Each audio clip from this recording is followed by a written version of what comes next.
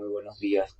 Nama Om Vishnu Padaya Krishna Prestaya Bhutale Virimate Bhaktivedanta Swaminiti Namine Namaste Saraswate Deve Gauravani Brasharine Nirvise Sunyavadi Pashatya Deshatarine Jaya Sri Krishna Chaitanya Prabhu Nityananda Sri Advaita Gadabdare Rivasadi Gaura Bhaktavrinda Hare Krishna, Krishna, Krishna Krishna, Hare Hare, Hare Rama, Rama Rama, Hare Hare.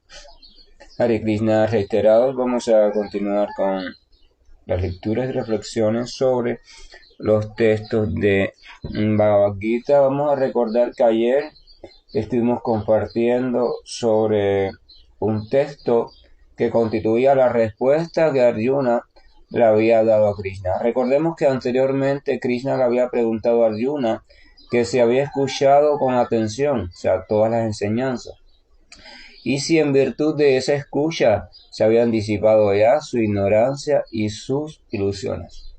Entonces ayer comentamos la respuesta de Arjuna.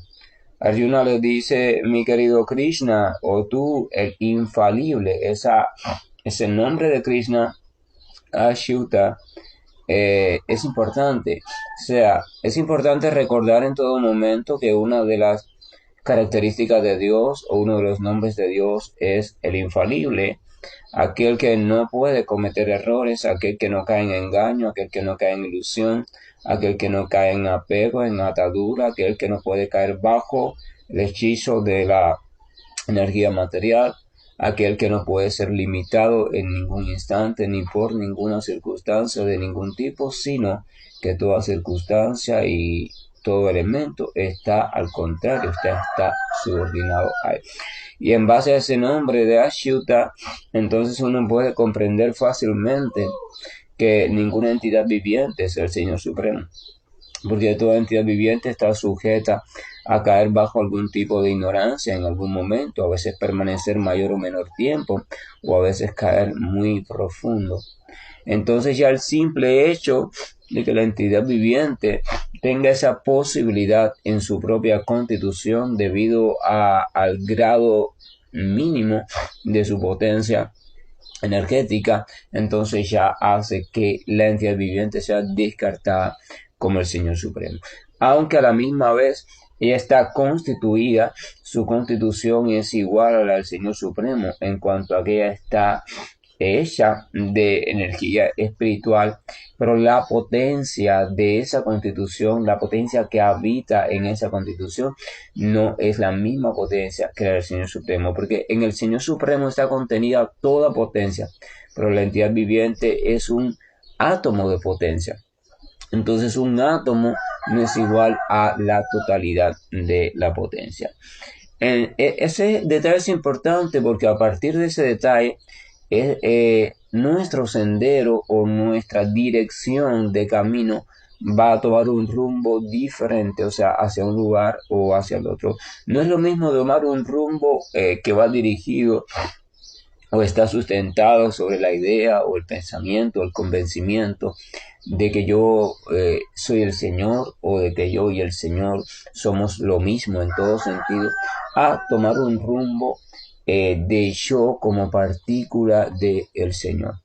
Y yo como parte integral, yo como chispa, yo como parte minúscula de aquello que es el todo primario y eterno, y que a su vez es completo en sí mismo. En el primer caso no hay posibilidad de servicio, porque cuando usted se considera que usted es algo, entonces usted no puede servir a ese algo, porque usted mismo se considera ese algo. Y entonces servirse a uno mismo no es servicio desde el punto de vista apropiado de la palabra. Entonces, para que haya servicio, necesariamente uno tiene que considerar que existe una diferencia. Existen dos posiciones diferentes. Si no hay dos posiciones diferentes, no hay posibilidad de práctica de servicio devocional. Y si no hay posibilidad de práctica de servicio devocional, entonces conforme a la autoridad védica más confidencial, entonces no hay posibilidad de avanzar hacia lo más confidencial y profundo de la comprensión sobre Dios, o sea, Dios como personalidad suprema. En el caso de la sucesión discipular, que desciende del señor Brahma, se considera a la persona suprema o a la suprema personalidad de Dios, Krishna, como objeto supremo de adoración o sujeto supremo de adoración, y considera y reafirma la entidad viviente como su servidor eterno. Entonces, meditar en ese asunto, meditar con cuidado, tratar de establecer la diferencia entre las diferentes tendencias o enfoques filosóficos en ese sentido, es un detalle en el cual nos deberíamos pasar el tiempo necesario hasta que quede lo más claro posible, porque mientras más confusa esté su mente, será más difícil que usted pueda comprender de verdad la realidad de la espiritualidad, y por tanto, en la medida que no la comprenda en verdad, entonces no la puede experimentar en verdad, sino que solo experimentará una serie de confusiones o de experiencias limitadas que dará como experiencias por completo. O sea, la propia confusión le hará creer que ha vivido o está viviendo la experiencia por completa.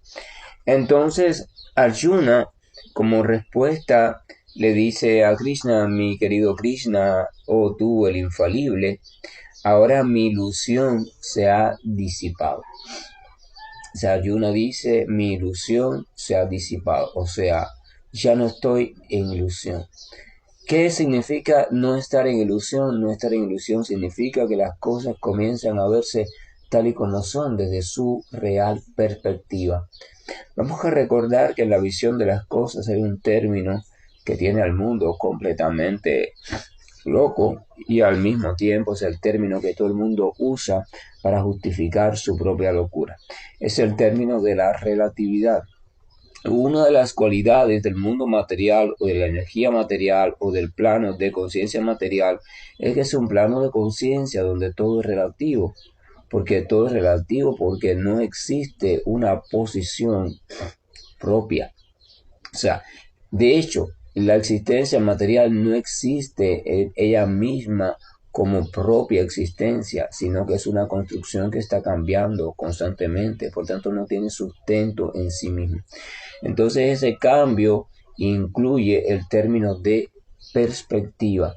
Perspectiva es desde el enfoque desde el cual yo estoy mirando un asunto. Pero si un asunto cambia cada vez que cambia un enfoque, y ese asunto no tiene en sí mismo un sustento propio que sea constante, entonces se puede decir que ese asunto no es un asunto real en sí mismo. Por ejemplo,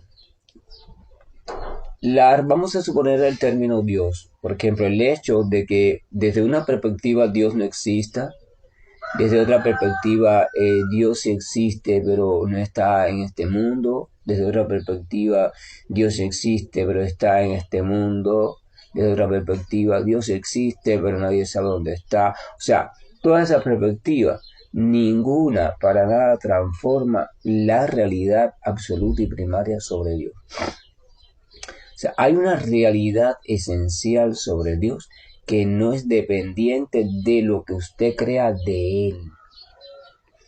Por ejemplo, usted puede ir por la calle y usted puede cruzarse con un perro y así usted mirar el perro y entonces ver que el perro no tiene patas. O sea, en su mente usted ve al perro pero no tiene patas. Pero esa visión suya personal, esa visión suya relativa, no hace que el perro se quede sin patas. El perro sigue allí con sus 4 patas, pero usted decide, o por un trastorno de la imaginación, usted ve que el perro no tiene patas y usted afirma que el perro no tiene patas. Esa es su realidad, la realidad suya, la realidad desde la cual usted está abordando el objeto conocido como perro. Pero esa realidad suya no modifica la realidad original del perro. Entonces la realidad o existencia original de Dios con sus cualidades y demás cuestiones no es modificada por la visión relativa o perspectiva relativa de las diferentes entidades vivientes confundidas en el sueño de la existencia material. Entonces, ¿de qué se trata el sendero de purificación o de autorrealización? Ir percibiendo toda esa variedad ilimitada de perspectivas que hemos construido o que nuestra mente construye a través de su propia ilusión. O sea, la mente está construyendo, la entidad viviente está identificándose constantemente con una realidad construida por la mente, alimentada por los sentidos, o sea, por la información que recibe los sentidos materiales y sus tendencias construidas desde vidas pasadas. De ese tema también hemos hablado mucho, ¿verdad? Mi realidad como una construcción.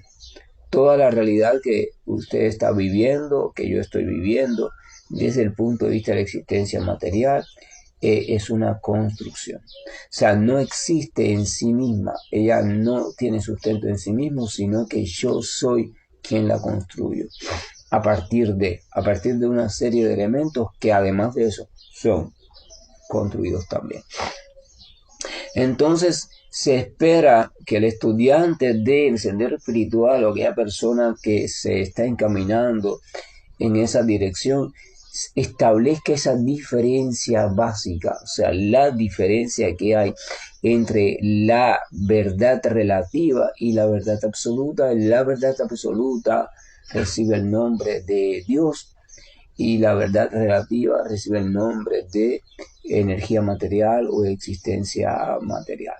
Entonces hay que establecer esa diferencia porque mientras que yo esté basándome en la relatividad para justificar mis teorías, tendencias, etcétera, etcétera, entonces yo nunca podré acceder a lo absoluto, porque lo relativo y lo absoluto del punto de vista material son incompatibles.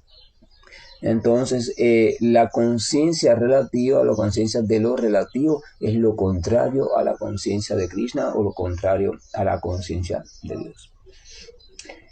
Cuando uno madura en el plano de la comprensión y experiencia con el Supremo, entonces para esa persona se termina la relatividad.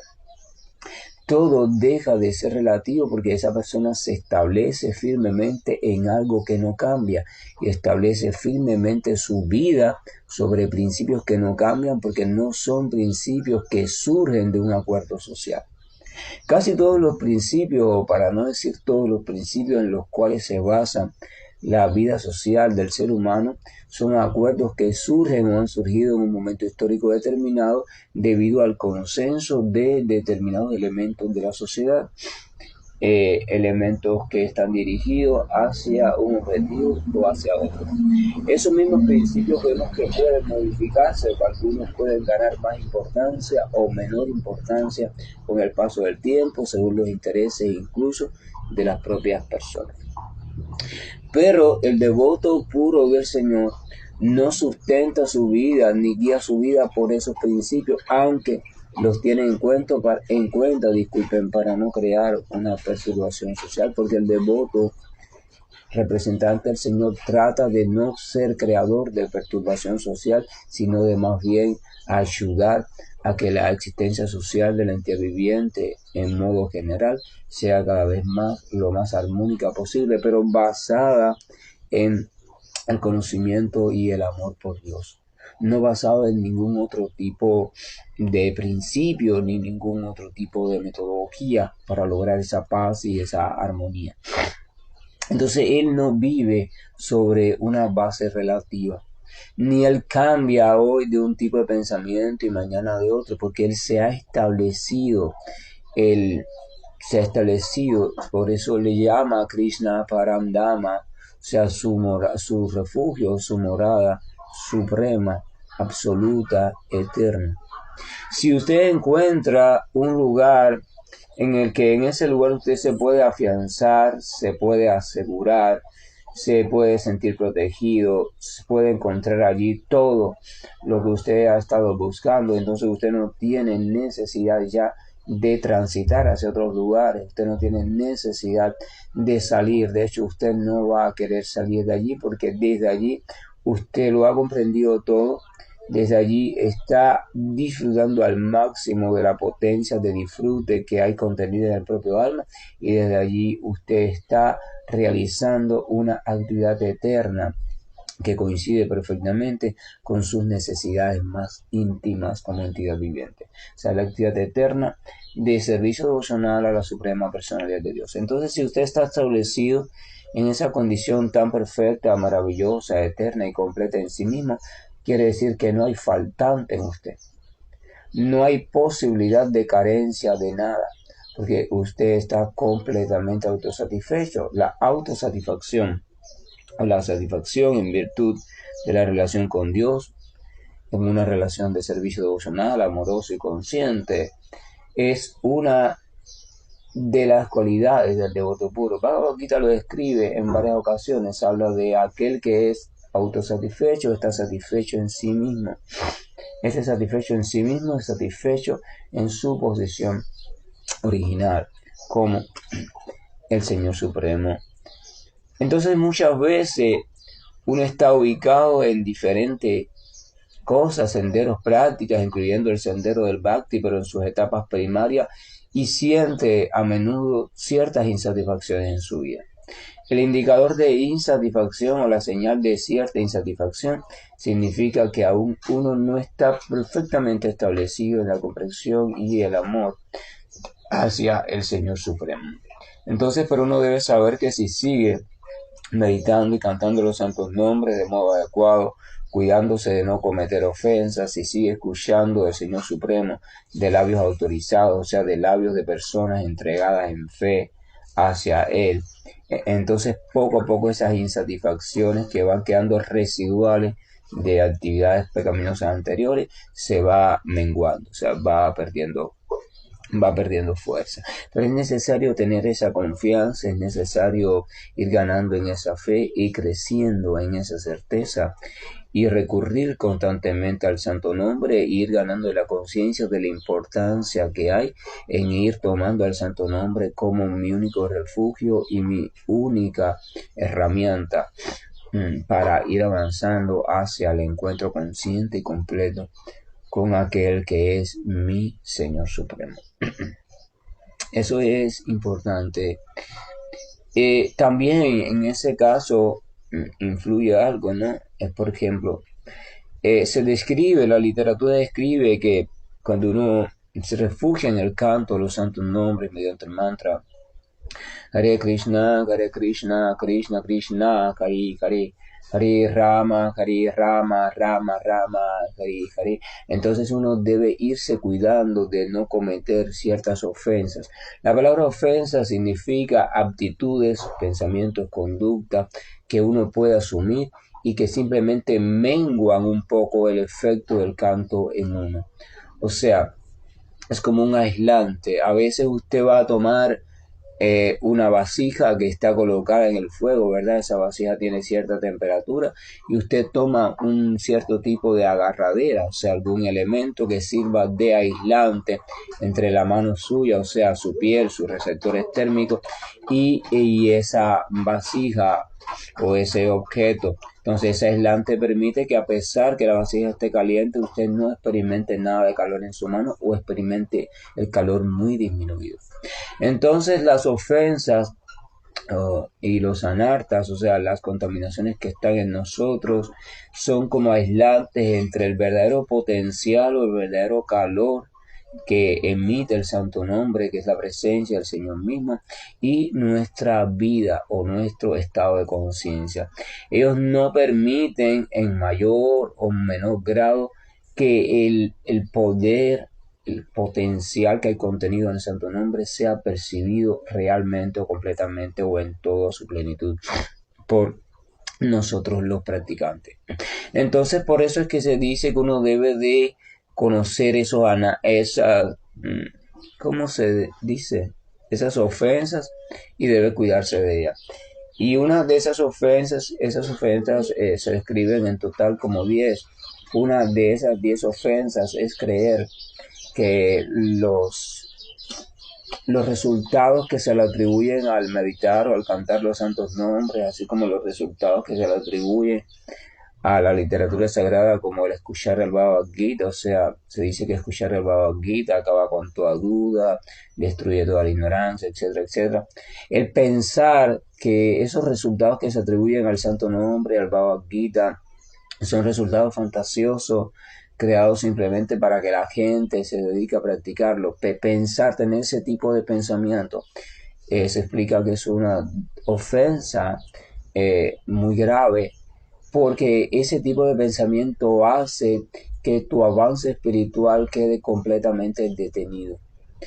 Si usted canta los santos nombres, repite el mantra, simplemente dice la posición de que no, el mantra es como cualquier otro mantra, es bueno para calmar la mente, pero eso de que en el mantra está Dios completo contenido, eso es pura fantasía para que la gente lo crea así. O sea, si usted piensa así y desde esa posición canta el mantra, entonces usted nunca recibirá los beneficios espirituales que tiene el mantra en sí mismo, sino que usted será conducido por un camino de completa ilusión, o sea, usted será descarriado.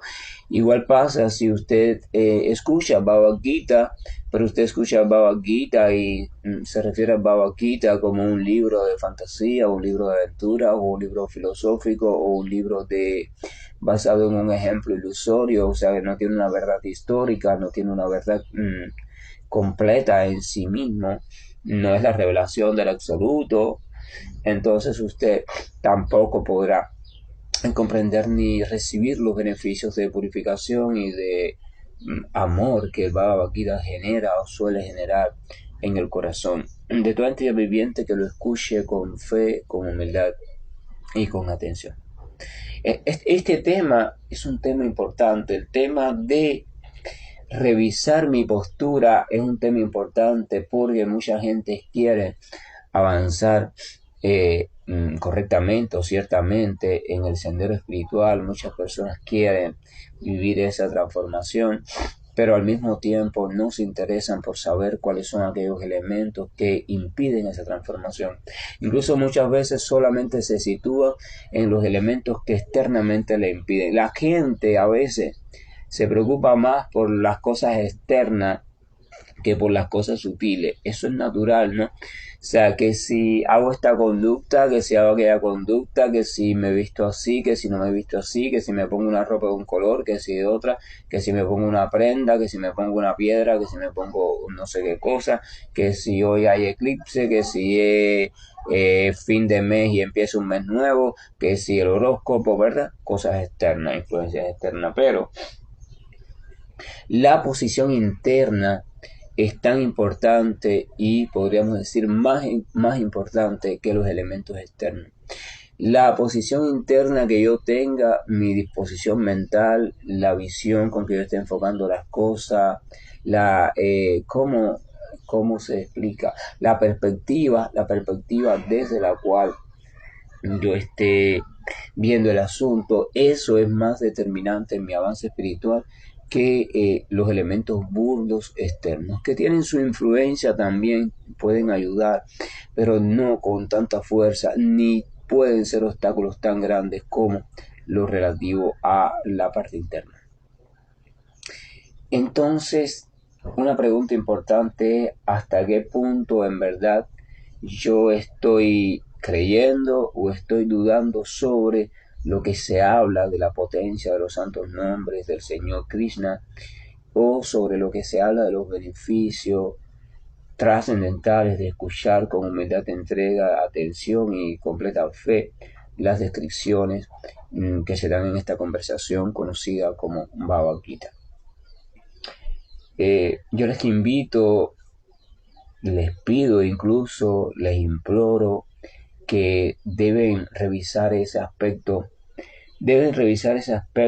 por su propio bien, si es que de verdad están determinados a continuar en el avance espiritual, o quizás incluso a empezar, porque a veces uno cree que está avanzando espiritualmente, pero a veces lo que único está haciendo es avanzando desde el punto de vista de la información mental o la acumulación de cierto tipo de conocimiento y a veces esa confusión puede surgir y uno cree que está muy avanzado desde el punto de vista espiritual, pero realmente no es así. Entonces Arjuna le dijo, ahora mi ilusión se ha disipado. Por tu misericordia he recobrado la memoria. ¿Qué significa esto de he recobrado la memoria? O sea, cuando se disipa la ilusión, cuando se termina el sueño, cuando se termina la alucinación, cuando se termina el proceso hipnótico en el cual estamos metidos debido a la atracción que sentimos por la energía material y nuestro deseo de disfrutar y disfrutar de ella, de adueñarnos de ella, cuando todo eso se termina, entonces usted comienza a volver a recordar de qué va todo el asunto. O sea, usted comienza a volver a recordar quién es usted realmente, quién es la energía material realmente y quién es el Supremo Señor realmente y cuál es la relación real que existe entre usted y este Señor Supremo. Entonces usted se vuelve a recordar como sirviente eterno del Señor Supremo, entonces usted se entrega a seguir de nuevo la palabra o la indicación del Señor Supremo. O sea, recordar la identidad. Me vuelvo a establecer, vuelvo a ver de manera clara mi identidad, ¿verdad? Cuando eso lo hemos visto en varias ocasiones también, ¿verdad? Cuando uno duerme, uno olvida quién es. Quién es desde el punto de vista material. Ahora estoy hablando desde el punto de vista material. Cuando usted duerme, usted olvida que es padre, que es hermano, que es hijo, y cuando usted despierta, vuelve a recordar automáticamente todo eso y usted cumple sus funciones de padre, hermano, de hijo. Por ejemplo, una persona que caiga en un estado de amnesia grave, aguda, general, profunda, generalizada, que olvide prácticamente todo, vemos que muchas veces también olvidan sus identidades. Olvida que tiene hijo, olvida que tiene esposa, que tiene esposo, olvida su nombre, olvida su casa, la dirección donde vive, ¿verdad? Olvida. Y si acaso por alguna razón se puede recuperar un poco de esa amnesia, vemos que después poco a poco, si lo logra, en la medida que lo logre, va recordando, va recordando. Entonces Arjuna le dice que por tu misericordia he recobrado la memoria. Uno no puede obtener real conocimiento sobre uno mismo y sobre el Señor Supremo y sobre la relación que hay entre uno y el Señor Supremo. O sea, uno no puede, diciéndolo de manera sintética, salir de la ilusión de forma real y de forma absoluta y de forma eterna, a no ser que uno sea objeto de la misericordia del Señor. La única manera de escapar de manera absoluta y por siempre del mundo ilusorio y establecerte en el plano trascendental y no caer nunca más en el mundo ilusorio es ser objeto de la misericordia del Señor, solamente por la misericordia del Señor. Pero esa misericordia del Señor se describe en la literatura sagrada, se le llama también como misericordia sin causa. O sea, muchas veces nuestras conductas no son merecedoras realmente de todas las cosas maravillosas que hace el Señor por nosotros y aún así el Señor las está haciendo constantemente. O sea, el amor del Señor, yo quiero que usted se siente un día con calma a pensar en este asunto.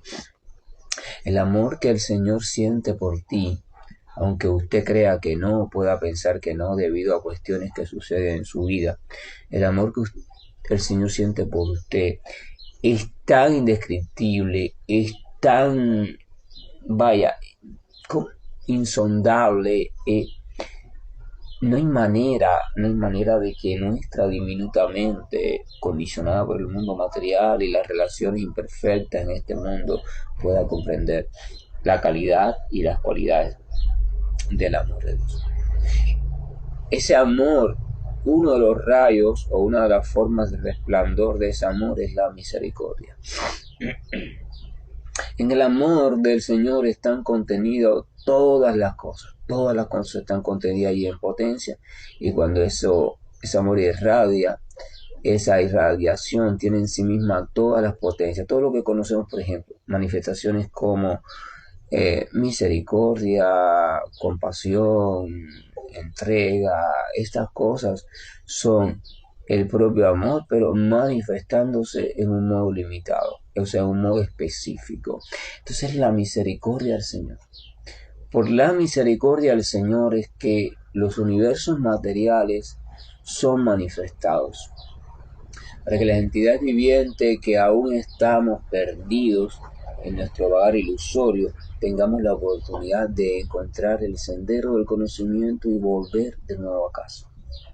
Por la misericordia del Señor es que los universos materiales son sustentados durante un tiempo determinado y durante ese sustento se nos dan infinitas oportunidades. Este sustentar indica que todas las leyes universales, que incluso yendo solamente al planeta Tierra, que es el que conocemos, todo esto, atmósfera, que se mantenga el clima dentro de las estaciones del año, todo eso en última instancia está organizado por el Señor, aunque lo están llevando a cabo sus energías, pero sus energías lo están haciendo para complacerlo a Él. No es que la energía del Señor están trabajando de manera voluntaria, ellas están trabajando para agradar a su Señor, ellas están haciendo servicio devocional. Yo quiero que ustedes comprendan eso. Servicio devocional, de manera consciente o no consciente, todo lo están haciendo. Entonces, esos universos materiales y la vida material en esos universos se mantiene por un tiempo determinado y es posible solo por la misericordia del Señor. Y solo también por la misericordia del Señor es que cada cierto tiempo, cuando todo llega a un clímax demasiado difícil, donde la situación por el propio deterioro de la entidad viviente, su ambición y su ignorancia, lleva al planeta, al mundo, al universo, a una situación muy desestabilizada, de mucho sufrimiento. Entonces, solo por su misericordia también es que el universo, la creación material, es disuelta de nuevo y cae en un periodo de latencia. Se vuelve de nuevo al Mahatattva o la energía potencial material sin manifestación. Es como un periodo de sueño, la entidad viviente, toda manifestación vuelve a recogerse y toda entidad viviente queda en un estado de sueño profundo. Sueño profundo significa no hay conciencia. La conciencia queda literalmente dormida, hasta que después, por la propia misericordia del Señor, en virtud de las almas que no lograron alcanzar la liberación en Dios, entonces vuelve a ocurrir un deseo de volver a crear, a manifestar de nuevo todo, para volver a seguir dando oportunidades a las almas que nos vamos quedando rezagadas. Nosotros debemos de ejercitar nuestra visión si queremos avanzar espiritualmente y tratar de comprender este asunto de la misericordia de Dios. Yo sé que para personas que por determinadas situaciones estén sufriendo desde el punto de vista material en su vida, es a veces muy difícil comprender o pensar sobre este tema de la misericordia, porque al parecer desde el punto de vista más externo, la palabra misericordia y su significado en nuestra mente no coincide con la palabra sufrimiento. O sea, porque nuestra mente no concibe que estemos sufriendo y al mismo tiempo alguien nos está hablando de misericordia. ¿Y por qué ser misericordia? Porque estoy sufriendo. Por eso se torna un poco más difícil. Pero si uno tiene la dicha de encontrarse o cruzarse con una persona de verdad con potencia espiritual o potencia de fe bastante intensa y fuerte, y uno puede escucharla con atención, uno es probable que se separe de ese personaje del que sufre.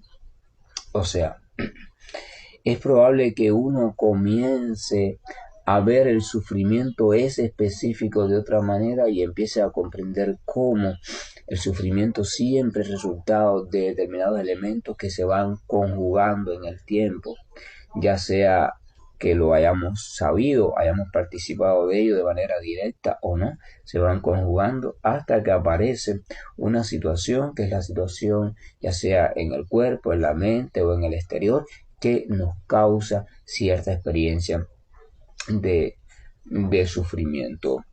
Pero también uno puede comprender en virtud de esa compañía que en esa experiencia de sufrimiento el Señor Supremo no tiene para nada que ver, en el sentido de que no es Él quien te está causando sufrimiento. Un niño, por ejemplo, yo quiero que ustedes piensen conmigo porque este tema es muy difícil de comprender. No aspiro que se comprenda en un día, pero podemos intentar avanzar en eso. Un niño, por ejemplo, supongan que un niño es amado por su padre y su padre le dice que lo ama mucho, perfecto. Entonces supongan que ese niño va por la calle y entonces el padre le dice: no te preocupes, yo te amo, siempre te estoy protegiendo, yo siempre estoy velando por ti, perfecto. Ese niño va con su padre por la calle y de pronto ese niño, que es muy ansioso, juguetón y ve cosas muy atractivas, ve algo del otro lado de la calle que le llama la atención y él quiere ir a jugar con ese algo, quiere ir a tomar ese algo para sí, o es lo que sea. Ese niño le han dicho muchas veces que por favor trate de no cruzar la calle solo porque es peligroso, pero aún así ese niño, arrebatado por el deseo de jugar con eso o lo que sea, sale corriendo, suelta la mano del padre, olvida las indicaciones dadas por los adultos anteriormente y sale corriendo y cruza la calle, pero viene un automóvil, por suerte viene a velocidad muy despacio y lo impacta. No le hace mucho daño, pero al menos le da un buen susto. Todo el mundo se alarma, el conductor, el padre, el niño grita. Se raspó la rodilla, viene el padre, lo coge y el niño le dice: ¿dónde tú estabas? ¿Dónde tú estabas? Y tú eres un mentiroso porque tú siempre me dijiste que me ibas a estar protegiendo y tú siempre me dijiste que no me iba a pasar nada malo, que tú me estabas cuidando y mira, me pasó esto. ¿Y dónde tú estabas? Ve que tú no eres tan buen padre, nada, ve que tú no eres tan protector, ya yo no te quiero más. Uno podría preguntarse entonces, en cuestión a este niño, ¿esos pensamientos o palabras que está diciendo el niño están justificadas? O sea, realmente el hecho de por qué un carro lo haya impactado por, por esa conducta que él tomó, ¿realmente es culpa del padre? ¿Realmente estaba participando el padre directamente en el sufrimiento de este niño? ¿Realmente es el padre quien lo ha causado? ¿Verdad? No. Cualquiera persona podría ver de manera lógica que ese comportamiento, bueno, es un niño que se comporta así, pero es inmaduro. El padre no tiene nada que ver con eso. Entonces, lo mismo estamos haciendo con Dios cuando lo culpamos por nuestro sufrimiento. Aunque ustedes no lo crean, si lo analizan, estamos haciendo lo mismo. Y entonces estamos culpándolo y estamos adoloridos y entonces estamos pensando que tú no eres nada misericordioso ni amoroso porque mira cuánto yo estoy sufriendo, ¿verdad? Krishna explica Bhagavad Gita. Krishna dice: Arjuna, yo no me hago responsable ni de los resultados favorables ni los desfavorables de las actividades de la entidad viviente. El Señor no es responsable de los resultados, o sea, de las cosas que usted obtiene en su vida, ni de las favorables ni las desfavorables. Por ejemplo, la literatura védica, así como otra literatura de corte que habla del Dharma o la moralidad o las cosas que ayudan a crecer como ser humano, recomienda, por ejemplo, dar caridad. Y recomienda que si usted es caritativo, entonces usted va a ir acumulando buenos resultados para su vida futura. O sea, esto quiere decir que usted mismo se va a ir construyendo un buen futuro, ya sea en esta vida o en la próxima. Eso quiere decir que le va a pasar cosas buenas. Entonces muchas personas, creyendo, ¿no?, en eso, empiezan a ser caritativas. Pero incluso el resultado, las cosas buenas que te van a pasar posteriormente, no tienen nada que ver con Dios.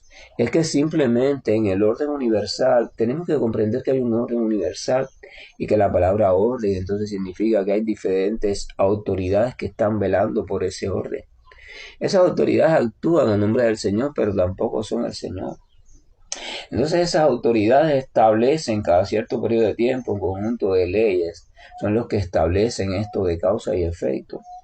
y son quienes vigilan porque se cumpla. Entonces, es cuestión de esas autoridades que están en planos de conciencia un poco más elevados que todos nosotros,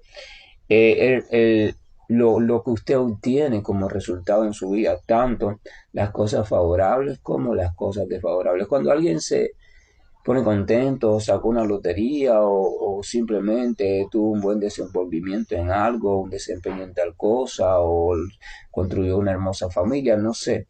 Todas esas cosas son resultados de elementos anteriores. Pero esos resultados están ahí establecidos en la Constitución Universal y llegan por ese arreglo de leyes universales. Pero el Señor Supremo no está allí, el Señor Supremo no está directamente implicado en eso, para eso están los trabajadores, ¿verdad?, de esa área. O sea, el presidente de una república no puede estar preocupado por los asuntos legislativos a nivel de los, ¿cómo se llama esto?, de los jueces y los fiscales. Para eso existen los jueces, abogados, fiscales, para eso existe la ley, la legislación, los códigos penales, etcétera, etcétera. Él no puede estar en esos asuntos de a quién le toca estímulo, a quién no le toca estímulo, porque por demás eso está sucediendo en un plano también de conciencia que no es permanente. Entonces, aunque usted se encuentre en una situación que está percibiendo como sufrimiento, es necesario en algún momento dado usted realice un cierto proceso de reconciliación con la misericordia del Señor. El Señor es eternamente misericordioso y por siempre misericordioso a pesar de que usted esté en sufrimiento o considere que Él no lo escucha a usted. Piense en la misericordia del Señor y trate de comprender cómo la misericordia de Dios no tiene nada que ver con el sufrimiento que usted pueda estar experimentando, las limitaciones que usted pueda estar experimentando. La misericordia de Dios significa que Él está siempre presente y es siempre accesible y que en cualquier momento, bajo cualquier circunstancia, desde la más sufriente hasta la más gozosa, uno puede apelar a Él, puede dirigir a Él y puede pedirle a Él que nos ayude a emprender el camino de regreso hacia la comprensión y el amor profundo hacia Él. La misericordia de Dios consiste en que en medio de cualquier circunstancia debe saber que una de sus expresiones o representaciones, conocida como alma suprema, está dentro de la entidad viviente, incluyendo junto a ti. En un desierto, en una fiesta, en un hospital, en tu casa, al nacer, al estar a punto de morir, en cualquier circunstancia, hay uno solo que puede estar contigo siempre. Y ese es el Señor Supremo. Eso es expresión de su misericordia. La misericordia de Dios está presente cuando usted tiene la oportunidad de, al azar, por casualidad, por decirlo de alguna manera, o por no casualidad, de usted cruzarse con determinadas personas o mensajes en su vida que le muestran una perspectiva diferente sobre todo. La misericordia de Dios está presente cuando usted mira en retrospectiva y usted se da cuenta todos los enredos que usted mismo fue entretejiendo en su propia vida y cómo ahora está sintiendo el deseo de hacer el tejido de su vida, lo que le quede todavía de vida más corta o más larga, no importa, pero hacerlo de manera diferente. Cuando usted siente ese impulso natural y ese impulso espontáneo de que usted quiere reenrumbar su vida en lo referente a Dios, en lo referente a su estilo de vida, entonces eso es producto de la misericordia de Dios. La misericordia de Dios, Dios como elemento misericordioso, como personalidad misericordiosa, perfecta, Él no puede dejar de ser misericordioso. Piensa en eso. Es imposible que Dios deje de ser misericordioso. Muchas veces incluso la misericordia de Dios se manifiesta de forma en que las personas que no lo conocen podrían ver eso como algo que no es misericordioso. Un niño que tenga una lesión en la piel y el médico le indica a la madre o el médico mismo lo hace, que hay que curarlo mucho, que hay que raspar todo eso que está ahí dañado para que el tejido quede completamente limpio y se debe hacer sin anestesia porque en ese caso la anestesia no hace efecto, etcétera, etcétera.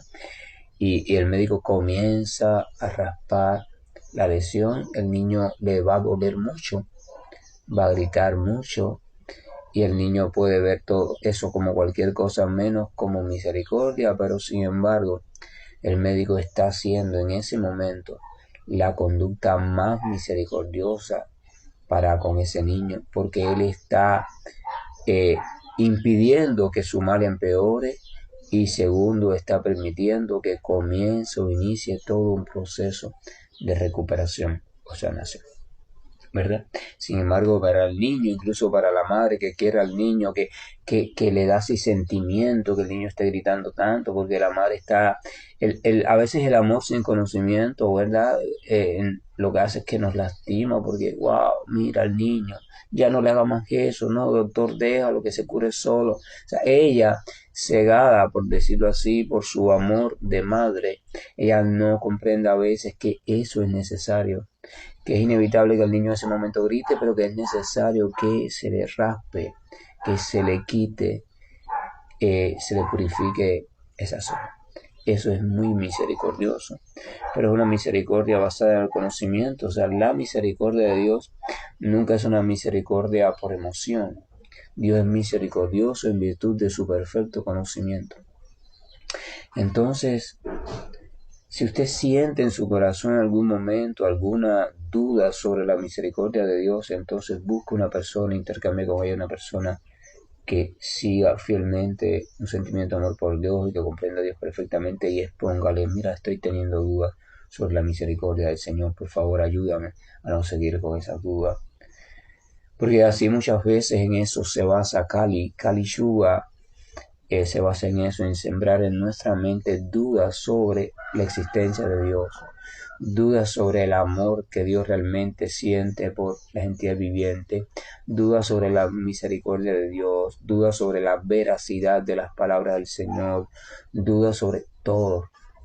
Kali Yuga quiere que tú comiences a dudar del Señor para que en un momento dado te pongas incluso del otro lado, o sea, te pongas opuesto al Señor. Veas a Dios no como tu amigo, sino como tu enemigo, o si es posible, lo saques de tu existencia. O sea, comiences a ser del grupo de entidades vivientes que desde el engaño más profundo simplemente no concibe la existencia de Dios. Yo quiero que usted reflexione en todo ese asunto. Entonces, Arjuna dice, por tu misericordia he recobrado la memoria, ahora estoy firme y libre de dudas y estoy dispuesto a actuar de conformidad con tus instrucciones. Firme. O sea, a pesar de lo que sea, yo estoy firme porque yo he comprendido todo el asunto y ya yo lo tengo decidido. Yo quiero encaminar mi vida en tal dirección, la dirección de servirte, la dirección de purificarme cada vez más, para cada vez más poder comprenderte, amarte y entregar a ti. He comprendido que esa es la esencia de mi vida y estoy firme en esa comprensión, estoy libre de dudas. O sea, ya no tengo nada que me haga tambalear, que me haga ser inestable. Ahora estoy firme porque estoy libre de duda y estoy dispuesto a actuar en conformidad con tus instrucciones.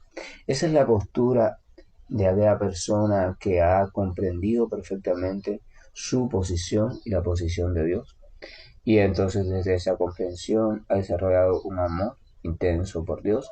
Desde ese amor y comprensión se ha entregado como sirviente de Dios, o sea, ha vuelto a restablecerse en su posición original.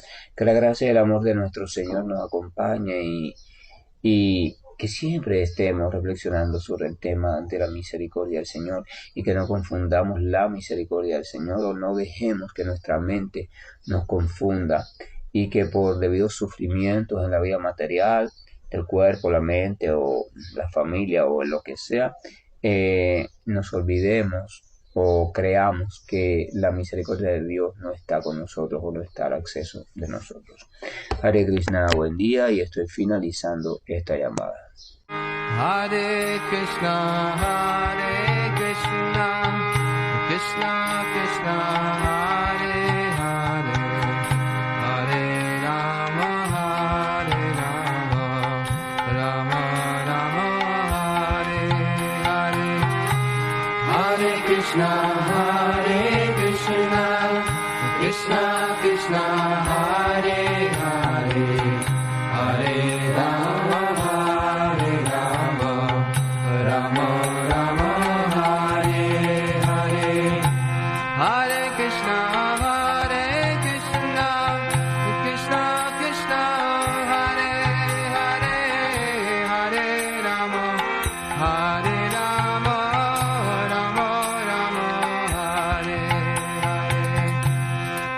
Krishna,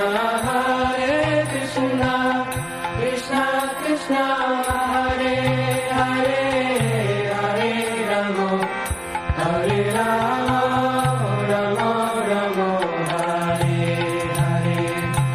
Hare Krishna, Krishna Krishna, Hare Hare, Hare Rama, Hare Rama, Rama Rama, Hare Hare.